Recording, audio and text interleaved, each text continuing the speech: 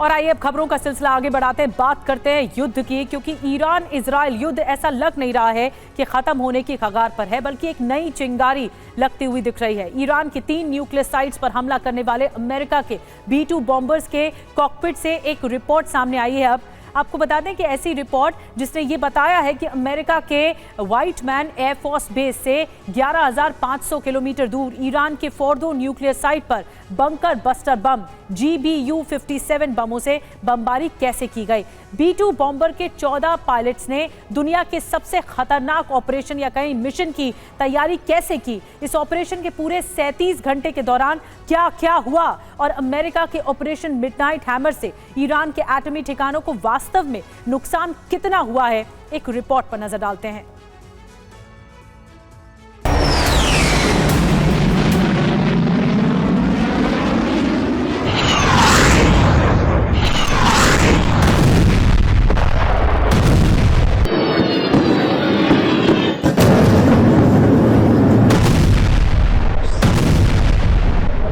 U.S. military carried out massive precision strikes on the 3 key nuclear facilities in the Iranian regime: Fordow, Natanz, and Esfahan.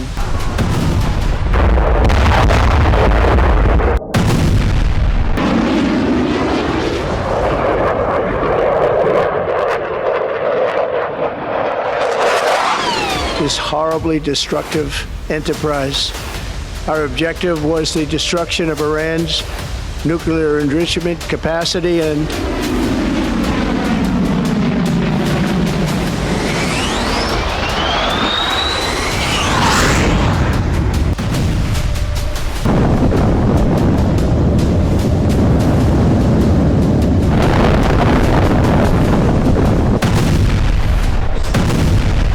Iran's key nuclear enrichment facilities have been completely and totally obliterated.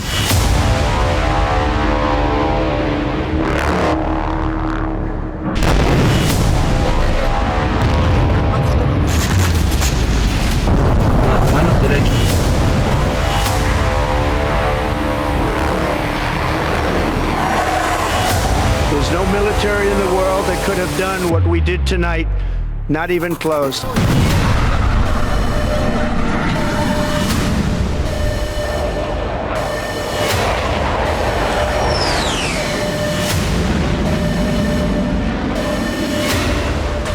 ये 22 जून को America के Missouri स्थित white man air force base पर वापस लौटते B-2 bomber की तस्वीर है।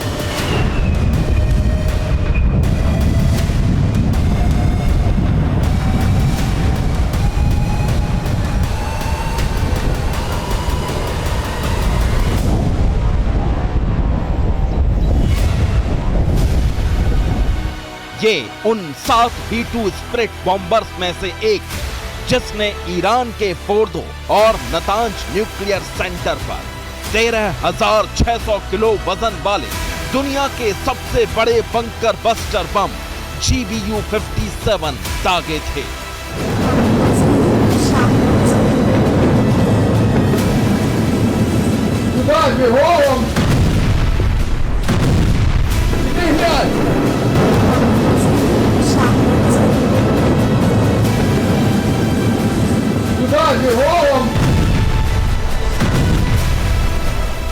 अमेरिका ने इस ऑपरेशन को ऑपरेशन मिडनाइट हैमर नाम दिया था।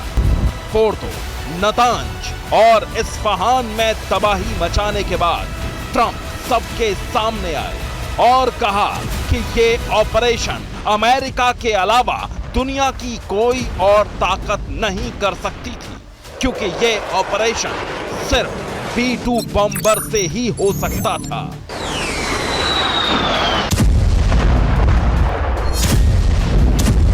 There's no military in the world that could have done what we did tonight, not even close.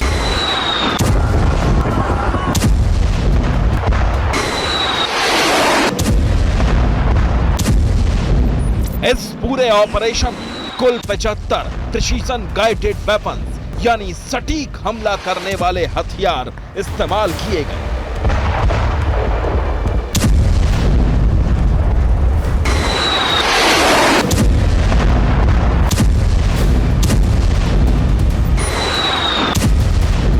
हमले में 125 एयरक्राफ्ट ने हिस्सा लिया, जिनमें 7 B-2 स्पिरिट बॉम्बर के साथ कई फाइटर जेट्स, रिफ्यूलिंग टैंकर और स्टेल्थ विमान शामिल थे।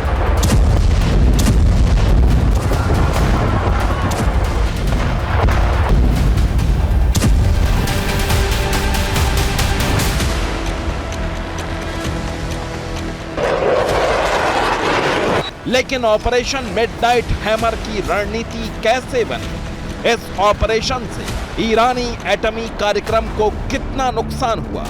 पहली बार B-2 बॉम्बर की कॉकपिट से इसे लेकर पक्की रिपोर्ट आई है।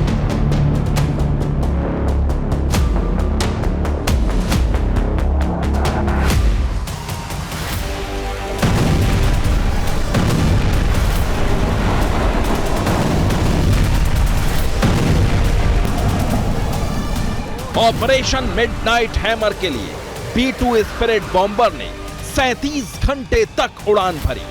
ये B-2 बॉम्बर का दूसरा सबसे लंबा मिशन था। इससे पहले अफगानिस्तान में 44 घंटे का एक ऑपरेशन अंजाम दिया गया था।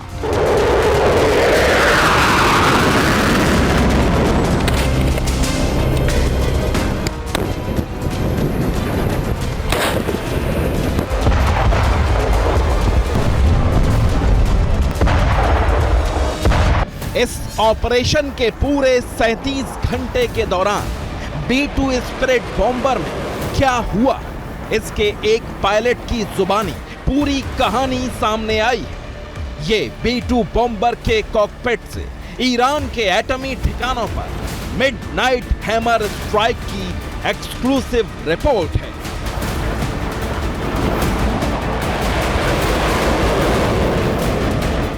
ऑपरेशन मिडनाइट हैमर के बाद पहली बार पता चला कि B-2 बॉम्बर में मौजूद पायलट्स ने तनाव के वो 37 घंटे कैसे बिताए थे। B-2 स्पिरिट बॉम्बर में कौन कौन सी सुविधा थी और क्या क्या परेशानियां थीं। 37 घंटे तक पूरी दुनिया की नजरों से ओझल रहकर अमेरिका के 7 B-2 बॉम्बर्स ने ईरान के दिल में उतरकर वो काम किया जो आज तक कभी नहीं हुआ था।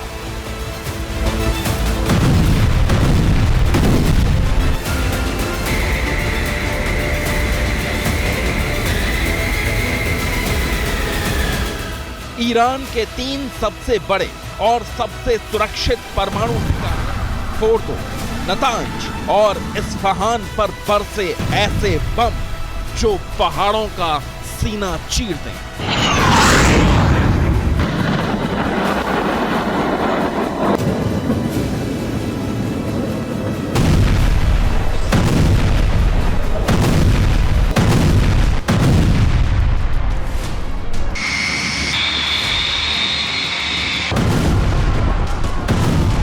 लेकिन ये सिर्फ एक मिशन नहीं था, ये 37 घंटे की वो कहानी है जो पहली बार उन पायलट्स ने सुनाई है जिन्होंने दुनिया की सबसे घातक उड़ान भरी और ईरान को धमकाकर वापस लौट आए।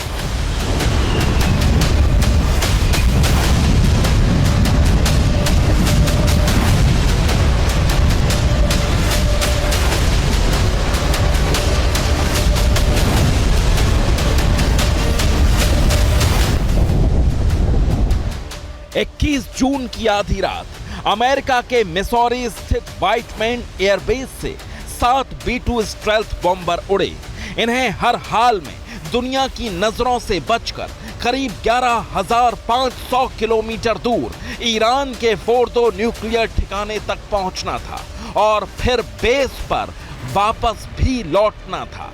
यानी जाना, बमबारी करना और फिर लौटना। इसमें करीब 23,000 किलोमीटर की उड़ान भरनी थी। यह दूरी अमेरिकी B-2 स्पिरिट स्टील्थ बॉम्बर ने करीब 37 घंटे की नॉन स्टॉप उड़ान में पूरी की। इस दौरान कई बार बीच हवा में रिफ्यूलिंग भी की गई।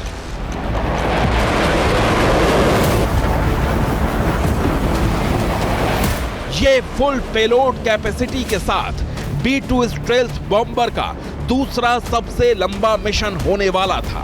इसलिए ईरान के फोर्दों पर हमला करने के लिए अपने 37 घंटे के मिशन को उड़ाने से पहले अमेरिकी वायुसेना के पायलटों ने B-2 बॉम्बर के उड़ान सिमुलेटर में बड़ी तैयारी की।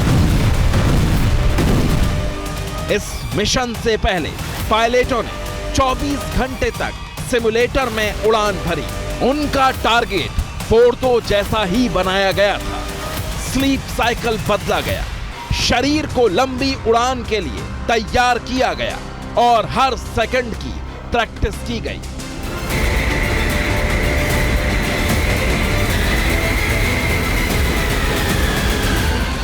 सिमुलेटर में बिल्कुल वैसी ही स्थितियां बनाई गई जैसी ईरान के फोर्दो और नतांज में होने वाली थी। वही रास्ते, खतरों का बिल्कुल वैसा ही एहसास और उतना ही थका देने वाला अभ्यास, और ऐसा अभ्यास बार बार किया गया। फोर्दो पहुंचकर हर B-2 बॉम्बर ने 2-2 बम गिराए, दुनिया के सबसे भारी बंकर बस्टर बम।